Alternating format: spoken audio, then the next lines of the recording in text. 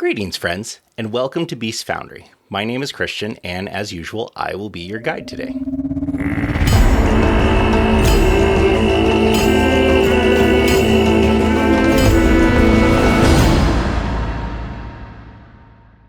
As the title of the video suggests, we are going to discuss some things that I personally think are challenging with Pathfinder 2nd Edition. Now, I know you're probably thinking that, I thought you loved 2nd Edition.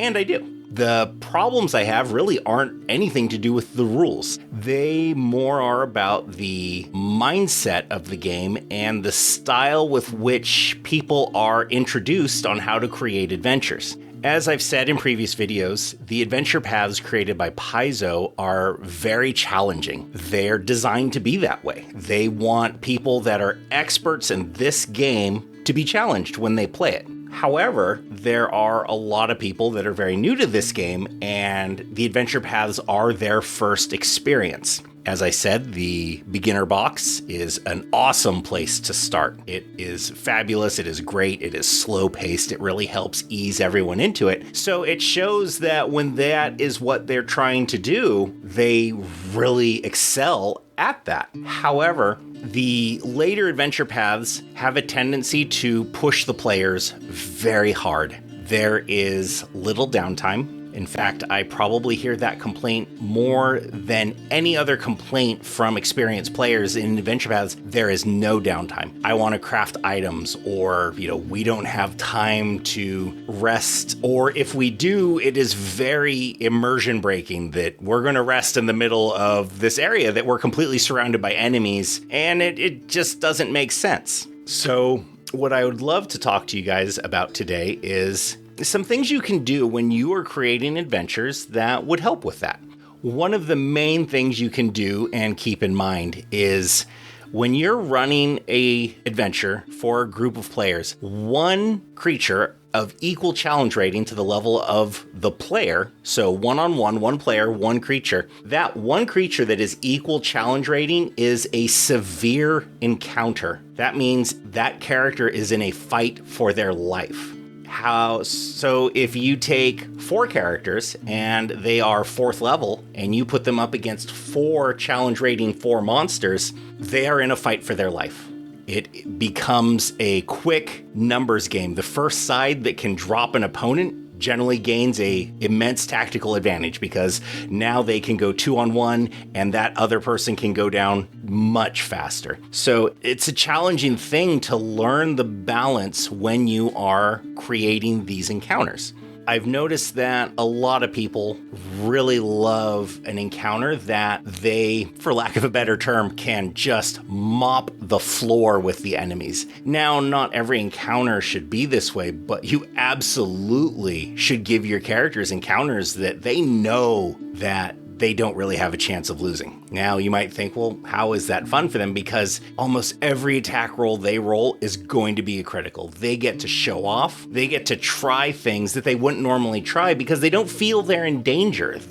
I'm going to try to tumble through this enemy and do this. I want to pick him up and I want to throw him. I want to shove this guy over here. They start to experiment more and consequently learn more about their characters in so doing. It's a really valuable tool to give them that experience. We've all read these novels where the heroes go up against massive numbers, that one character goes up against 20 of a lesser enemy and just slaughters them. Most players never get that experience, actually, because the way the system is designed, you're always in this fight that is a fight for your life. Maybe a little under, maybe a little over, but that's usually what's going on in these adventures. So it's really important to give your players breathing room and let them show off. For lack of a better term, they will be much happier players. And you as a DM can actually have a lot of fun designing encounters like that, giving them hazards that are super obvious for the characters to damage enemies. And it doesn't always have to be really weak enemies. It can be enemies that are their level, but give the terrain and the hazards and the traps, make them in the player's favor, not against the players. There might be a cliff that when the enemies come down, they're the ones that that are on the edge of this cliff, not the players. There could be, a giant fire. There could be a vat of acid. There could be a chained up monster that is way beyond anyone, and they're shoving them into the range of that monster so that it can pounce and attack them. These style of encounters are amazing. They help players have so much fun, and I've done it numerous times, and I know my players absolutely love it.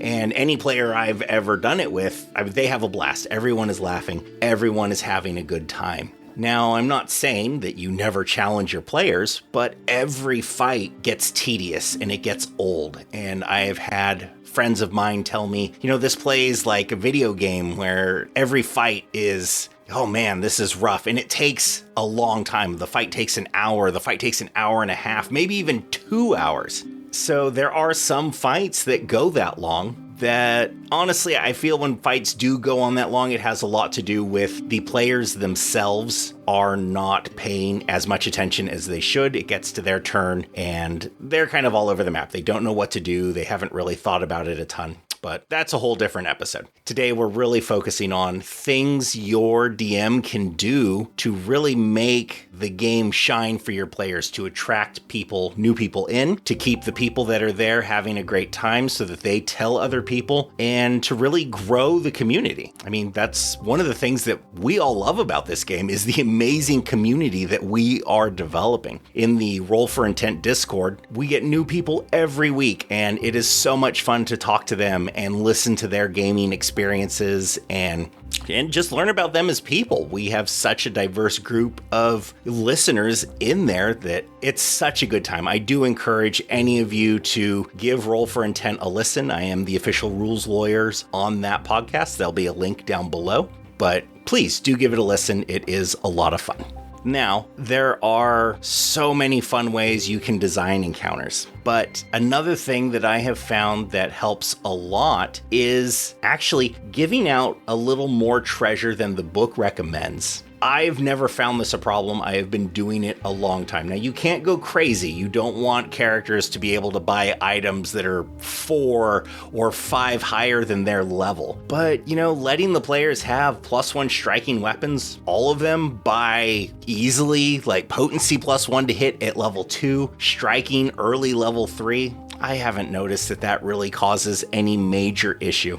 It can really help with just the bad luck of a couple of bad die rolls. When they don't have the right equipment, one crit in a character can be devastating. They can go from I'm at full HP to down, or now I'm at 2 HP and I don't know what to do. Having that extra equipment really goes a long way. Letting them get access to more potent healing potions if there isn't a cleric, or even if there is, letting them do it. That way they're not completely reliant. You don't need to flood them with them. They don't need to find 20 of them every time they go into a new dungeon or something. But giving out 1 per character or 2 per character at the beginning of a particularly dangerous group of encounters, how strong the encounters are going to be.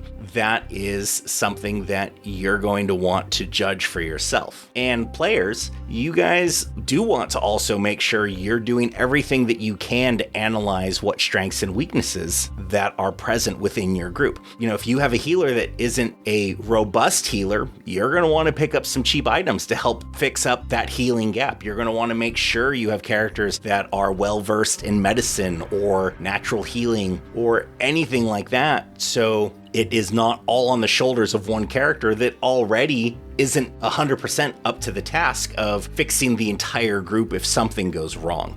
These things really help speed up everything. The game is not about the DM entertaining you for the entire time. It is a collective game for everyone at the table. And part of the joys of a DM is watching your players interact with the NPCs you've made, having a good time. And, when you're DM and you end up having to dial back an encounter midstream because all of a sudden you're like, oh man, they're not ready for this. They should be, but they haven't been paying attention to everything that is available to them. which you also just have to know your players. They may need encouragement. They may need a table of items of, here you go, everyone. This is stuff for your characters for this upcoming adventure. And that can be set up by their benefactor or stuff found early on from other adventurers that were attempting to complete whatever tasks they're going to do and didn't quite make it. There's a lot of avenues to you to accomplish this.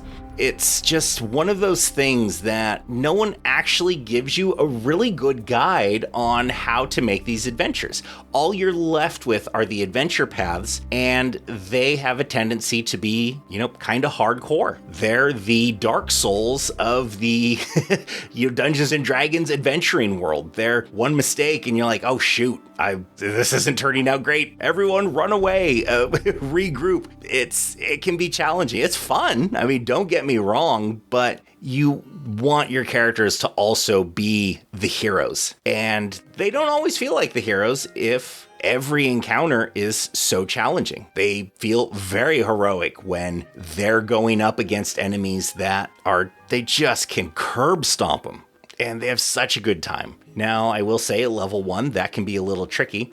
Something I have found that is very easy to do is throw the weak template on challenge rating -1 creatures, goblins, skeletons. Now, I know under the normal template that would reduce their hit points to negative, but just leave them with 2, 3, even 4 hit points.